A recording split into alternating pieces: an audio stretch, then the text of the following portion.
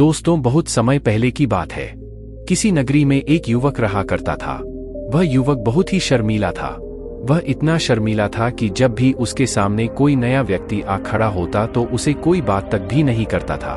यहाँ तक कि जिन्हें मैं जानता था, पहचानता था, उनसे भी बात करने में उसे बहुत शर्म आया करती थी और उनसे भी ठीक से बात नहीं कर पाता था और अपनी इस समस्या के कारण खुद ही बहुत परेशान रहता था, क्योंकि वह अपने जीवन में कुछ कर ही नहीं पा रहा था।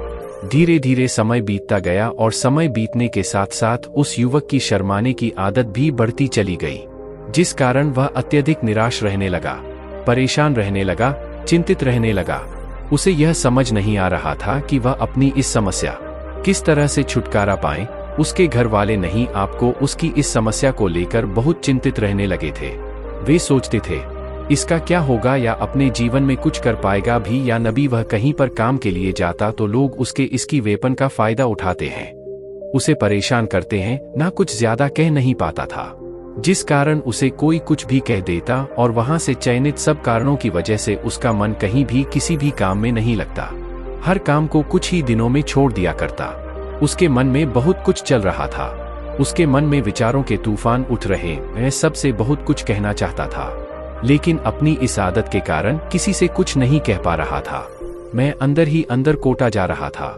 सारे विचार, सारी बातें उसके मन में ही दबी पड़ी थी, लेकिन कभी भी मैं किसी से भी अपने मन की बात नहीं बताता था। का बच्चा था तब उसे लोग बहुत पसंद करते थे। उसकी इस आदत को भी लोग रहते थे, लेकिन इसी आदत की वजह से जब वह बड़ा हो गया, युवा हो गया, तो इसी आदत के कारण से अपना जीवन जीने में भी अत्यधिक परेशानियां उठानी पड़ रही थी। और कोई युवक भी अपनी इस गलती के कारण बहुत परेशान रहता, अपनी इस एक आदत से छुटकारा पाना चाहता था। वह चाहता था कि मैंने अपने मन की बात खुलकर कह पाए। वह जो कुछ करना चाहता है, जो कुछ कहना चाहता है, वह सबसे बात खुलकर कह सके, कर सके। लेकिन जब भी कोई दूसरा उसके सामने आता, तुर्की जबान मारो खुलती कि नहीं, यहाँ तक कि वह अपने माता पिता के सामने भी ठीक से बात नहीं कर पाता। केवल उसके कुछ मित्र थे जिनसे वह अपने मन की बात कर पाता था। जब भी मैं किसी बात का जवाब दो, लोग उसकी हंसी उड़ाते हैं। उसका मजाक बना के लोग कहते कि आज तो तेरे मुंह में भी जवान आ गई है। यह समस्या दिन ब दिन बढ़ती चली जा रही थी और इस समस्या के कारण और उसके पिताजी अत्यधिक चिंतित रहने लगे थे। वह चाहते थे कि उनका बेटा भी दूसरों के सामने अपने, लेकिन एक दिन जब अपने उस बेटे को दूसरों के सामने शर्मिंदा होता हुआ देख रहे थे, तभी उन्हें अपने बेटे को खरी खोटी सुनाने लगे।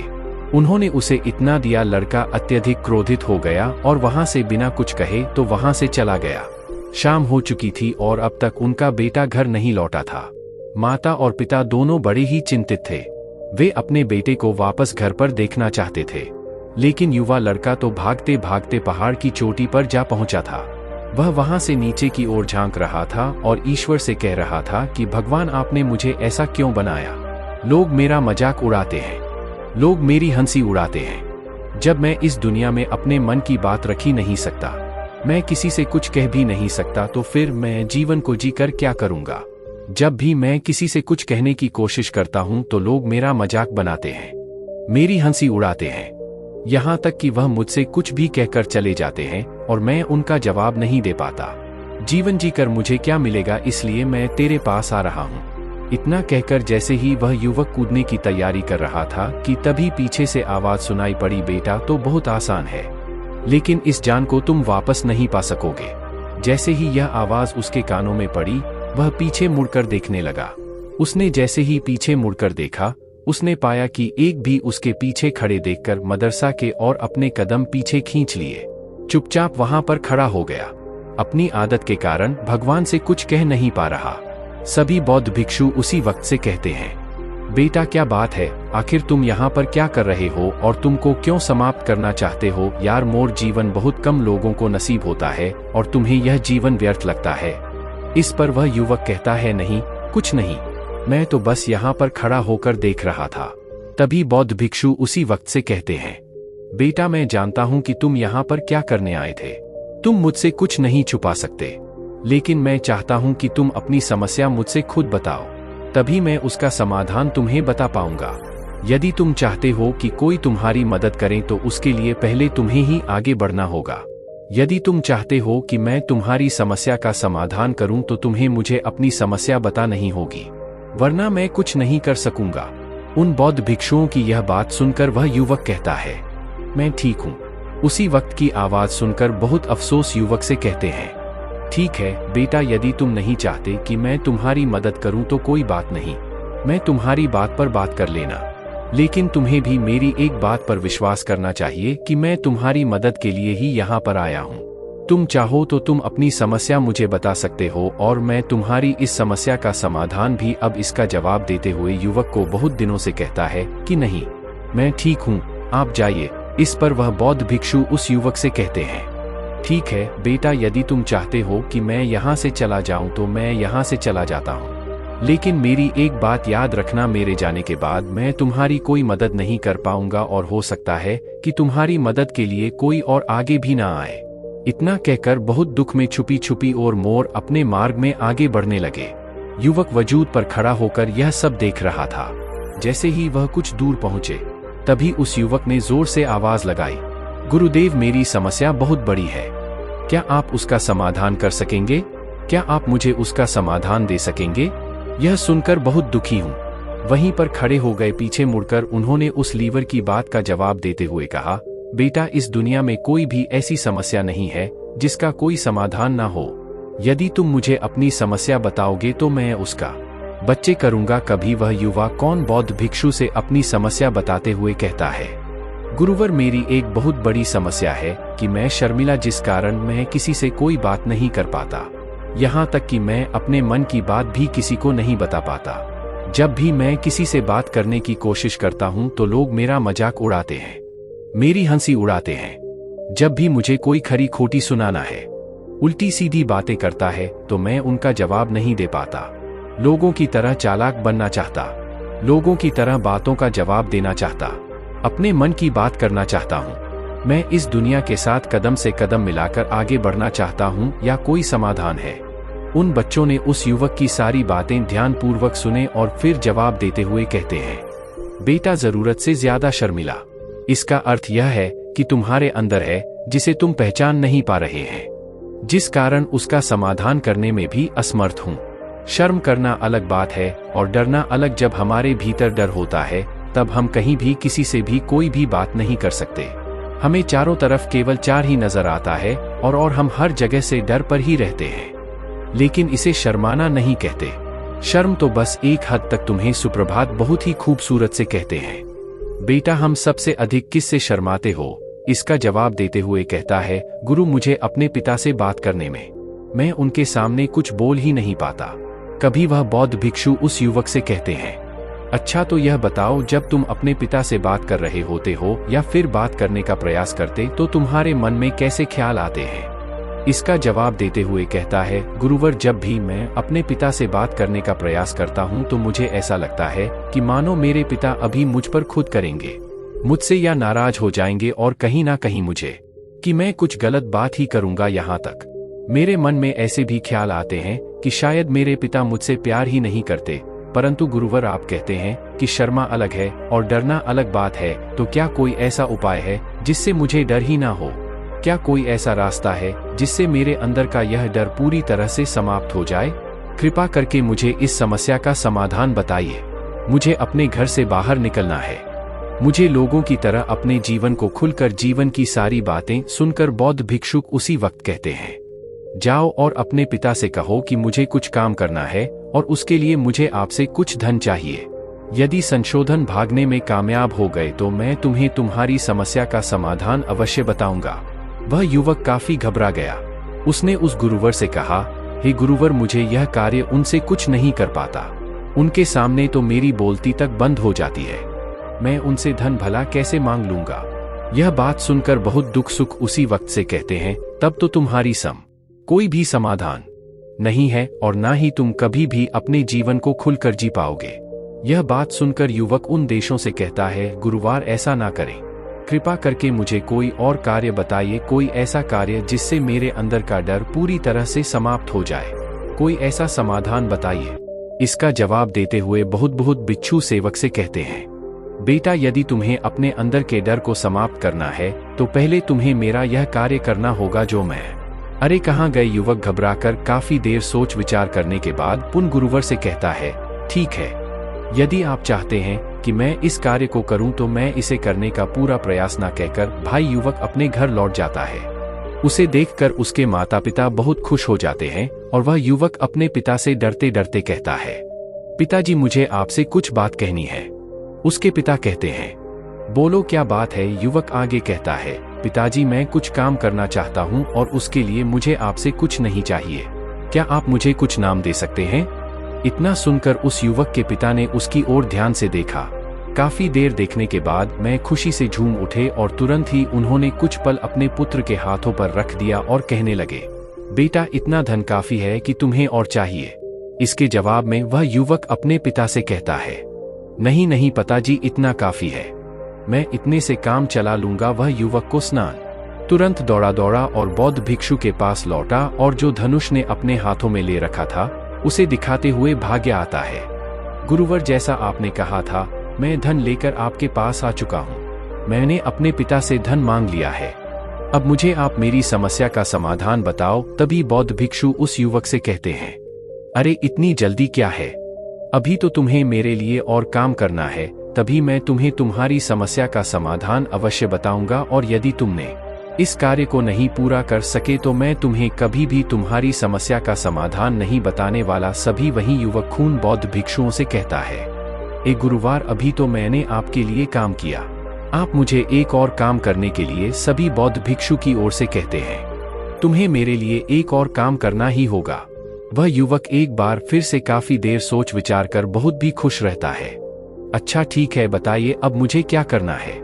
इसके जवाब में बहुत दुख सुख उसी वक्त कहते हैं, और यह ध्यान जो तुमने अपने पिता से मांग कर लाया है, इस धन को वापस अपने पिता को लौटा दो और साथ साथ यह भी कहना कि पिताजी मैं अभी काम नहीं करना चाहता, लेकिन जब समय आएगा तो मैं आपसे यह जानना पर्स ले लूंगा और उसे अपना काम पूरा करो। यह बात सुनकर यह बात एक बार फिर से ऊपर से नीचे तक पूरी तरह से कांप गया और कहने लगा, गुरुवर आप मुझे कोई और काम सौंप दीजिए। जरूर, लेकिन अब यदि मैं धन लेकर उनके पास वापस गया तो वह क्या सोचेंगे मेरे बारे में? मैं तो शर्मिंदा हो जाऊंगा उनके सामने, इसलिए गुरुवर कृपया करके मुझे कोई और काम देते। तभी बौद्ध भिक्षु उस युवक से कहते हैं, बेटा जो काम मैंने तुम्हें सौंपा तुम्हें उसी कार्य को पूरा करना, अन्यथा तुम्हारी समस्या का समाधान मैं तुम्हें नहीं बताना। काफी देर सोच विचार करने के बाद मैं उन बौद्ध भिक्षु से कहता है, ठीक है गुरुवर, मैं वापस जाता हूँ और यह धन लौटा कर मैं अभी आता हूँ। मैं तुरंत दौड़ा दौड़ा अपने पिता के पास वापस लौटा। उसने अपने पिता से कहा, पिताजी मैं यह धन अभी नहीं लेना चाहता है, अभी यह धन आप मुझसे वापस ले लीजिए, जब मुझे कोई काम पड़ेगा तो मैं आपसे यह। उसके पिता ने कुछ युवक की तरफ घूर घूर कर काफी देर तक देखा और फिर मुस्कुराते हुए कहने लगे, बेटा मैं समझता हूँ कि किसी भी काम को शुरू करने से पहले हमें उसके बारे में जानकारी इकट्ठा करना चाहिए, उसके बारे में समझना जरूरी है, कब क्या कैसे और कब तक करना है, इसके बारे में भी हमें जानकारी लेनी जरूरी है। कोई भी काम ऐसे ही नहीं शुरू किया जा सकता है, उसमें हम सफल होंगे या फिर नहीं इसका भी अनुमान हमें लगाना पड़ता है, और जब हम इन सभी के बारे में सही जानकारी प्राप्त कर लेते हैं कभी हमें ध्यान लगाना चाहिए। मुझे बहुत खुशी है कि तुमने यह सही निर्णय लिया है। जब तुम्हें यह समझ में आ जाए कि जो कार्य तुम करने जा रहे हो मैं तुम्हारे लिए कुछ है, जब तुम चाहो तो मैं तुम्हें यह जान वापस लौटा दूंगा। युवक अपने पिता से यह सारी बातें सुनकर मन की मन बहुत प्रसन्न था। उसने यह तो होली तक नहीं की थी कि उसके पिता हंसकर उसे किस तरह से सारी बातें समझाएंगे, तो मन ही मन यह सोच ही रहा था कि तभी उसके पिताजी उसके और करीब आए और अपनी उस युवा बेटे को गले से लगा लिया। जैसे ही उस युवक को गले से लगाया उसको बहुत अच्छा महसूस हुआ, उसका आत्मविश्वास, उसका हौसला और बढ़ता गया। उसके बाद युवक वापस पुणे गुरुवर के पास लौटा और कहने लगा, गुरुवर जैसा आपने कहा था मैंने बिल्कुल वैसा ही किया है, मैंने धन अपने पिता को वापस कर दिया, आप तो कृपया करके मुझे मेरी समस्या का समाधान बता दीजिए। सभी बौद्ध भिक्षु उसकी तरफ देखकर मुस्कुराते हैं और इसी वक्त से कहते हैं, बेटा इतनी जल्दी क्या है, मेरे लिए एक और काम करना ही पड़ेगा। और युवक कहता है, महाराज आप आकर मुझसे बार बार इस तरह से काम क्यों करवा रहे हैं, क्या आपके पास मेरी समस्या का कोई समाधान नहीं है कि आप मुझे बेवकूफ तो नहीं बना रहे, जिस तरह से लोग मुझे बेवकूफ बनाते हैं? क्या आप भी मेरे साथ वही तो नहीं कर रहे? आपने कहा, अपने पिता से पैसे मांग कर रहा हूँ। मैंने पैसे मांग करके फिर कहाँ जाऊँ? यह पैसे अपने पिता को लौटा करा। मैंने आपके कहे अनुसार बिल्कुल वैसा ही किया और अब आप कह रहे हैं कि मैं आपके लिए एक और काम करूँगा। यह मुझसे नहीं होगा। तभी बौद्ध भिक्षु कुछ युवक की तरफ देखकर मुस्कुराते हैं और कहते हैं, बेटा बस यह आखिरी काम है और यह बहुत सरल भी है। तुम जैसे ही इस कार्य को पूरा करोगे, मैं तो वचन देता हूँ कि मैं तुम्हारी समस्या का समाधान तुम्हें अवश्य बताऊंगा। इस पर वह युवक फिर से एक बार सोच विचार करता है और उन बौद्ध भिक्षु से कहता है, ठीक है, लेकिन श्रीकांत मैं आपके लिए करूंगा, बताइए मुझे क्या करना है। कभी बहुत जब एक से एक मूर्ति निकालकर उस युवक के हाथ में थमा देते हैं। वह मूर्ति देखने में बहुत ही साधारण सी थी। बौद्ध भिक्षुक उसी वक्त कहते हैं, बेटा तुम्हें इसे बाजार में ले जाना है, इसे बेचना है और इसके बदले में तुम्हें तो सोने के सिक्के लेकर आने हैं। जब तुम यह करने में सफल हो जाओगे तभी मैं तुम्हें तुम्हारी समस्या का समाधान तुम्हें बता पाऊंगा। वह युवक उस मूर्ति को अपने लेकर बड़े ही गौर से देखता है और उन बहुत दिनों से कहता है, जय गुरुवर, यह तो बड़ी ही साधारण सी मोटी लग रही है, बालू मिट्टी की बनाई गई हो, इसके लिए तलाश और सोने के सिक्के मुझे कौन देगा? कहीं आपका माथा फिर तो नहीं गया है? इसके 1 या 2 सोने के सिक्के मिल जाए वही बहुत है, लेकिन इसके लिए 100 सोने के सिक्के को कभी बौद्ध भिक्षु उस युवक से कहते हैं, बेटा मैंने जो तुम्हें काम सौंपा है, यदि तुम उसे पूरा करोगे तभी तुम्हें तुम्हारी समस्या का समाधान मिल पाएगा, अन्यथा तुम चाहो तो अपने घर लौट सकते हो, फिर से वही अपने पुराने जीवन में जहां लोग तुम्हारा मजाक बनाते हैं, लोग तुम्हें डराते हैं, सताते हैं। मैं तुम्हें यहां अपने डर को निकलने में तुम्हारी मदद कर रहा। तुम मेरी यह काम करके अपने डर को धीरे धीरे लगा पाओगे। मेरे इस काम को पूरा कर दो तो मैं सब समझ आ जाएगा। युवक उन पौधों की बात सुनकर मन ही मन यह विचार करता है कि मुझे तो मेरी समस्या का समाधान किसी भी हालत में चाहिए, जिस कारण मैं उस मूर्ति को उठाकर बाजार की ओर चल पड़ता है। बाजार पहुंचकर वह एक जगह चुपचाप उस मूर्ति को ले और इंतजार करने लगता है कि कोई आएगा और उसे उस मूर्ति के बारे में पूछ लेगा और तब वह उस मूर्ति के लिए 100 सोने के सिक्के की मांग करेगा। देखते ही देखते काफी समय बीत गया, लेकिन अभी तक उसके पास कोई भी व्यक्ति नहीं आया था। उसके आसपास देखा तो लोग चिल्ला चिल्ला कर अपने सामानों को बेच रहे थे, जोर जोर से आवाज लगा रहे थे। उसने भी सोचा कि मुझे अपनी इस मूर्ति को बेचना है तो मुझे भी जोर जोर से आवाज लगाई है उस युवक ने। लेकिन भाई इतनी जोर से नहीं चिल्लाता रहा था, उसकी आवाज उसे खुद तक सुनाई नहीं पड़ रही थी, तो भला उसकी आवाज को दूसरे कैसे सुनते, जिस कारण उसे कोई भी व्यक्ति खरीदने के लिए तैयार नहीं था। धीरे धीरे शाम का समय हो चुका था और उस व्यक्ति को यह डर था कि कहीं वह बहुत जल्दी तू वहां से कहीं चला ना जाए, अन्यथा उसे उसकी समस्या का समाधान कौन देगा। यह सोचकर उसने जोर जोर से आवाज लगानी शुरू की, किस्मत सोने के सिक्के में यह मूर्ति ले लो। उसकी आवाज सुनकर लोग उसके पास आने लगे और उससे यह सवाल करने लगे, इस मूर्ति में ऐसा क्या है जो तुम इसके लिए 100 सोने के सिक्कों मांग रहे हो? इसके अंदर ऐसा कुछ तो खास होगा ही। युवक काफी देर सोच विचार कर उस युवक से कहता है, नहीं नहीं, मैं तो बतिया मूर्तियां पर बेच रहे हैं। तभी उसमें से एक युवक उसी वक्त कहता है, अगर ऐसी बात है तो इस मूर्ति को कोई नहीं खरीदने वाला। आखिर इस मूर्ति में ऐसा क्या खास है जिसके लिए तुम सोने के सिक्के की मांग कर रहे हो? यह तो तुम्हें बताना ही पड़ेगा। धीरे धीरे कई लोग उसके पास आए और सभी ने बस एक ही सवाल किया, फिर स्कूटी में ऐसा क्या कर रहे हो? इसी क्या बात है, इसके लिए तुम सोने के सिक्के की मांग कर रहे हैं? उस युवक ने से बातचीत की, उन्हें समझाने की कोशिश की, कई प्रयत्न किए, लेकिन कोई भी उस मूर्ति को सोने के सिक्के देकर खरीदने के लिए तैयार नहीं था। मैं निराश हो गया, उसे कुछ समझ नहीं आया। अभी बाजार में उसने देखा कि कुछ लोग अपने सामानों की खासियत बता रहे हैं, उसे बेचने के लिए उसके साथ खास बातों के बारे में लोगों को समझा रहे हैं। यदि कभी सोचा कि मुझे भी इस मूर्ति की कुछ खासियत लोगों को बतानी होगी। उसमें फिर एक बार जोर जोर से आवाज लगाने शुरू की, समस्या का समाधान निकालने वाली मेरी गुरु की इकलौती दुनिया में केवल एक ही है जिसके पास भी यह मूर्ति हो कि उसके घर में कोई समस्या नहीं होगी। यह मूर्ति कुछ समस्या का समाधान तो मैं अवश्य बताएं। यह सुनकर लोग उसके पास में पूछने लगे और उसे यह सवाल करने लगे, क्या सच में यह मूर्ति जिसके पास होगी उसके पास कोई समस्या नहीं होगी? क्या सच में यह सभी समस्याओं का समाधान करती है? उसका जवाब देते हुए युवक के सभी समस्याओं का समाधान कर देती है।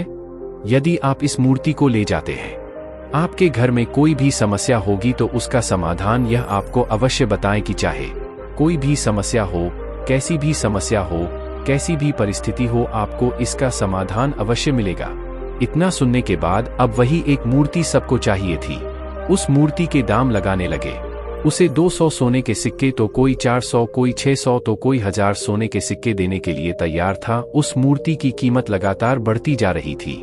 जैसे जैसे लोगों को पता चलता जा रहा था कि यह मूर्ति लोगों की समस्या का समाधान करती है, लोग उसे किसी भी कीमत पर खरीदने के लिए तक अजूबा की आत्मविश्वास के साथ और जोर से चिल्ला रहा था, लोगों को उस मूर्ति के बारे में बता रहा था।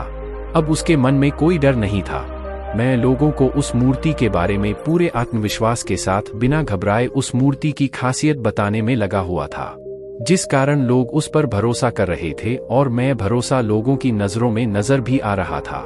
जैसे जैसे अंधेरा होता गया, लेकिन लोगों की भीड़ मांग कम होने का नाम ही नहीं ले रही थी। लोग उस मूर्ति को खरीदना चिपकने जोर से आवाज लगाई कि मुझे क्षमा करें, यह मेरे गुरु की मूर्ति है और मैं इसे बेचना नहीं चाहता। इतना कहकर वह युवक उस मूर्ति को लेकर वापस खाली हाथ लौट गुरुवर के पास पहुंचा और उन गुरुवर से कहने लगा कि ग्रुप में आपका बहुत बहुत धन्यवाद, इस मूर्ति ने मेरी समस्या का समाधान कर दिया। मुझे समझ में आ गया कि क्या समझ जाना कि मैं इसे बेचकर सोने के सिक्के तो आपके लिए नहीं ला पाया, लेकिन मुझे मेरी समस्या का समाधान अवश्य मिल गया। आपका बहुत बहुत धन्यवाद। इस बात को सुनकर बहुत दुख सुख उसी वक्त, बेटा मैंने तुम्हारी समस्या का समाधान नहीं किया, तुमने तो खुद ही अपनी समस्या का समाधान किया। अपनी समस्या तुमने खुद ही सुलझा ही है। तुम्हारे मन में हजारों सवाल किया करूंगा तो लोग क्या कहेंगे, मेरे बारे में क्या सोचेंगे। जब भी मैं अपना मुंह खोल लूंगा तो लोग मेरे पर हंसेंगे। यदि मैंने मुंह खोला तो मैं कुछ गलत ही करूंगा। ऐसे कई सारे विचार तुम्हारे मन में, तो ऐसे कई सारे डर तुमने अपने मन में पाल रखे थे। लेकिन जब इस मूर्ति के बेचने के दौरान तुमने उन हजारों लोगों का सामना किया, उनके सामने खुलकर अपनी बात रखी, उनके सामने खुलकर भाग कहा जो तुम्हें कहना था, तो तुम्हारे मन का डर खुद समाप्त हो गया। जिसे तुम शर्माना कहते थे, वह अपने आप ही तुम्हारे भीतर से कहीं गायब हो गया। युवक अपने गुरु की यह बात सुनकर अपने गुरुवर से कहता है, गुरुवर आप सही कहते हैं। आपने आज मेरे मन में जो विश्वास जगा दिया है, जिसे मैं अब अपने जीवन में कुछ भी हासिल कर सकता हूँ।